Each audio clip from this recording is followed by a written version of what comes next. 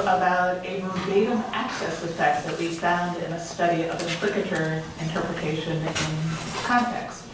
Now, one of the many reasons that language is in flux is that speakers have to choose between literal and implicature interpretations when the context would support either.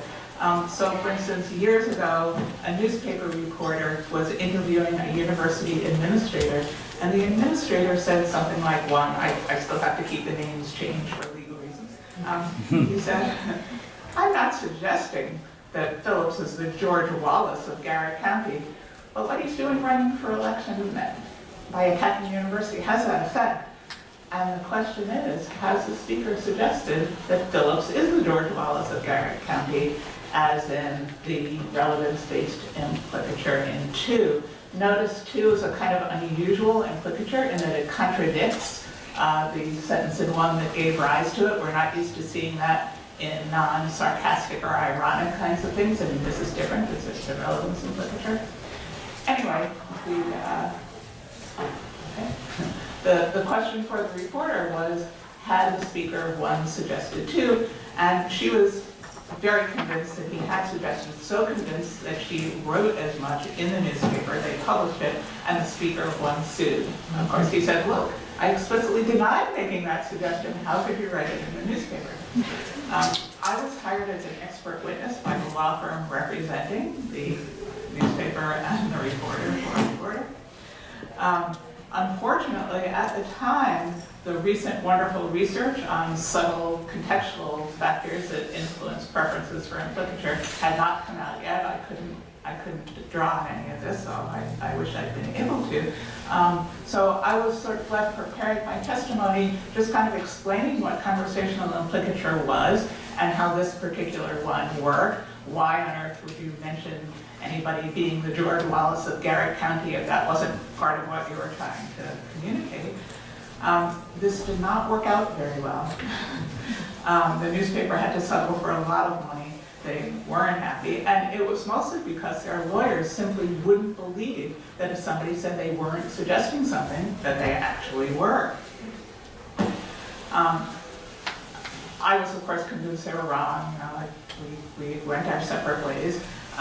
But I started doing very small, informal experiments, which started indicating to me that, yes, the lawyers were wrong, sort of, but so was I, sort of.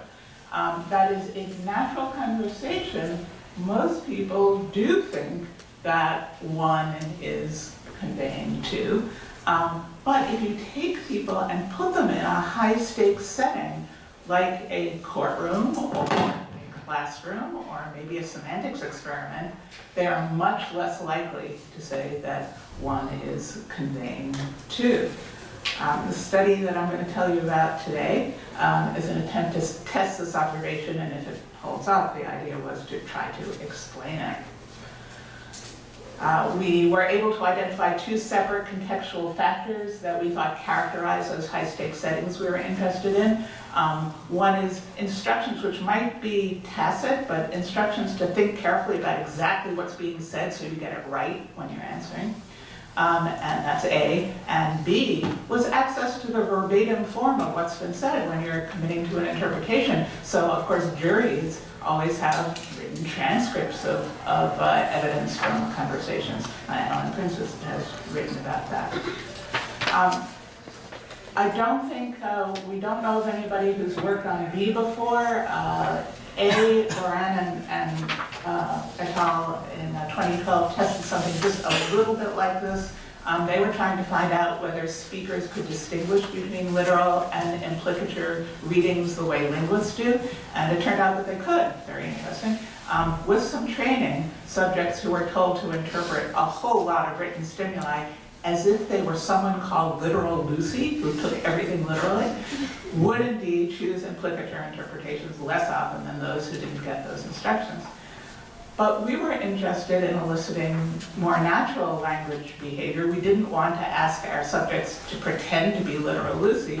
The idea was that we wanted them to feel free to be conversational Kate, as we like to call it. We knew this was important because there's actually a lot of evidence that if you want to elicit a natural level of conversational implicature in an experimental setting, you had provide one that allows participants at least to maintain the illusion that they're dealing with a relatable interlocutor who's cooperative and is using Brycean reasoning. So we tried to produce a context like that in 2 web-based experiments. This is not so easy, so I'm going to try to describe how we did it. Both the experiments actually started with a very friendly audio guide, very personable and warm. I voiced her, I can tell you, she is a lovely woman. She introduces herself as Sarah, and she promises to return with any advice that's needed during the upcoming experiment. But the upcoming experiment is a lexical decision experiment. These people are going to listen to 96 sounds and have to press buttons saying word, not a word. They hear pesh, not a word, gulp, yes, a word. But this lexical decision experiment is just a decoy. After about 1/3 of the lexical decision items, Sarah interrupts to utter the critical item in 3. I'm not suggesting that you're responding too slowly, but it's important to give the first response that comes to mind. And of course, what we want to know is under what conditions are people more likely to believe that Sarah has told them that they're responding too slowly. Then, to throw them off, after another 1/3 of the experiment, Sarah does return to utter the control advice in 5, which they need by then, they really do. But at the end of the experiment, they encounter a question page. It's got 5 questions on it. This is the first one and the only crucial one, because this is how we asked them to what degree they agreed that the audio guide had said that they were responding too slowly. We took ratings of 4 or 5 on this question to indicate a preference for the implicature interpretation, 3 and below, or not preferring that. We don't know if it was a literal one or not. We assume it was. Now we just have to implement our 2 binary factors that we're interested in. The instructions to think carefully about exactly what was said appeared before the experiment even started and on the question page. And our verbatim transcripts were just on the question page where they actually had to answer the questions. So let's take a look at the results of our first experiment. I think you can see, that over here on the left-hand graph, we have the blue column representing no instructions to think carefully, the red column, that's the ones who had instructions to think carefully and virtually no difference. Over in the right-hand graph, we've got no verbatim written transcript, and these are pooled across the other condition, and that blue column there is significantly different from those who did see a verbatim written transcript while they were making up their minds. I've included, mostly for your perusal on the handout, raw data. If you're interested, the mean ratings also show the difference.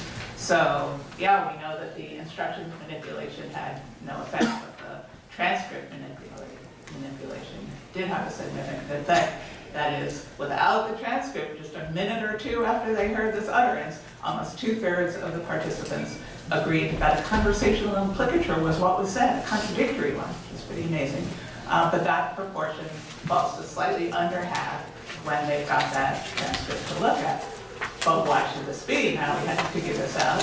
And it seems that there are 2 characteristics that the transcript has that could have been responsible for depressing our rate of implicature reading. One is that it's written, maybe writing makes us be more literal. And the other is, of course, it's timing. That is, the transcript appeared on the question page, just as they had to commit themselves to an interpretation. So we wanted to know which one, or either or both, was responsible for our transcript effect. So we ran a second experiment. This was much like the first. A couple new things. One is there were no instructions to think carefully anymore because they didn't do anything. And the second is, in addition to conditions where you saw a verbatim written transcript on the question page, and where you saw no such transcript, there's a new condition that gave the participants access to an audio verbatim repetition of Sarah's advice. That is, there was a button they could click, and then they would get to hear audio of her saying what she said all over again. It was on the question page, right where the written transcript was. So our predictions, this is the way this is supposed to distinguish between the two factors there, is if the written mode of the transcripts is what's critical to producing the transcript effect, then we'd expect that access to audio repetition isn't going to reduce the rate of implicature readings, right? But if the timing of the verbatim access is critical for the transcript effect, we would expect that audio repetition would work just as well as the written transcript because they both appeared on the question page. So let's see what happened. Again, I give you the raw responses and you can look at them. There's some other interesting things in there, but mostly we want to see the proportion of people who answered 4 or 5. Yes, I agree that she said that I was responding too slowly. And you can see that once again, we can see the no repetition at all, the blue column. There's a significant difference. It's significantly higher than the red written repetition column. But there's our audio repetition in the middle, the yellow kind of floating there, and it's not significantly different from either one. We can conclude from the second experiment, first of all, the transcript effect of experiment 1 was replicated successfully with a whole lot more subjects. This is very cool. But it looks as if the audio verbatim repetition didn't have the same effect. So does this mean that we should conclude, as I said we would, that it's the written mode of our transcript that was responsible for the effect? Well, actually, it turns out, no, we shouldn't include that because luckily we checked and it turns out that fewer than half of the subjects in the audio repetition condition actually press the button to replay Sarah's advice. We didn't think about this problem because we were focused on making our audio repetition condition just like the written repetition condition where we said, here's her advice written. We didn't make them read it, right? And probably a lot of people didn't, but we still got our effect, so we made the audio advice, we thought, just like it. And as you can see, only there's the second row there are the replayers. Second row, 79 replayed, 96 did not replay. But the cool thing that this affords us is that we can now see if it made a difference to actually hear the audio repetition.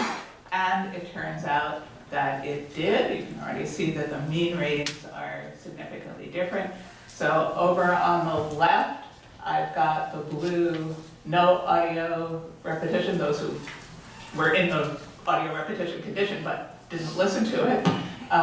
And that is significantly higher than the ones who actually listened to the audio repetition, or at least played it, let's say.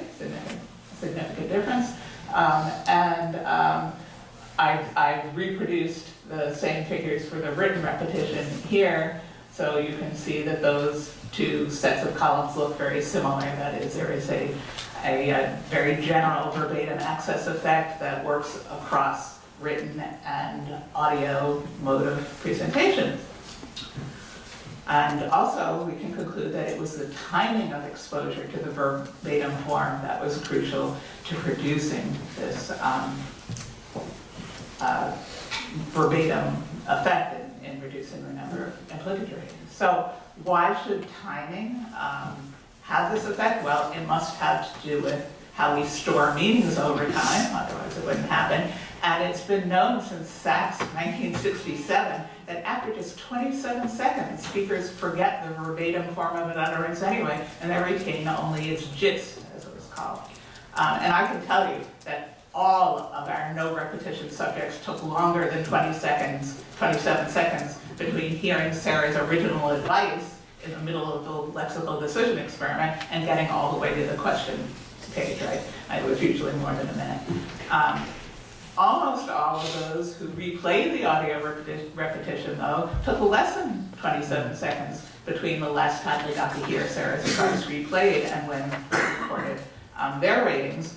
So we can conclude that when they said whether they whether they thought they were getting the Implicature reading or not, all and only those in our no repetition conditions were relying entirely on remembered gist. So we have actually measured gist as more Implicature friendly than verbatim form. Not that surprising, but still interesting to do it empirically. What might we learn from this? It's actually, I think, a little bit more about gist than about Implicature, as I thought. First of all, we have shown empirically that a conversational implicature can serve as a gist of the utterance. That is, an implicature will be what speakers will take to have been said. Notice we asked, what did she say? And I was responding to so. Also, this implicature as gist can actually contradict the source utterance's literal meaning, so we probably should be thinking of gist as the essence of the source's compositional meaning, right? Our results support a concept of gist as being more like Gernsbacher's. She claimed that all gist phenomena arise as a result of speakers shifting among interpretive strategies. She had very different experimental evidence of this, actually not even linguistic.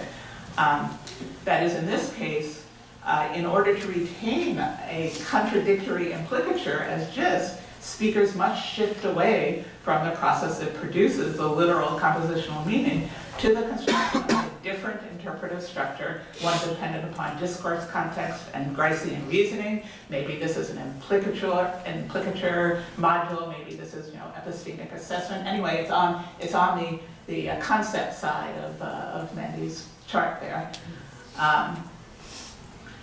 There's a whole lot more for us to figure out about this. A couple of the smaller things that we're planning on doing immediately is finding out if the effect generalizes to different kinds of implicatures, particularly everybody's favorite scalar ones. So we'd love to see what happens if Sarah interrupted and said, "Congratulations, you answered some questions correctly."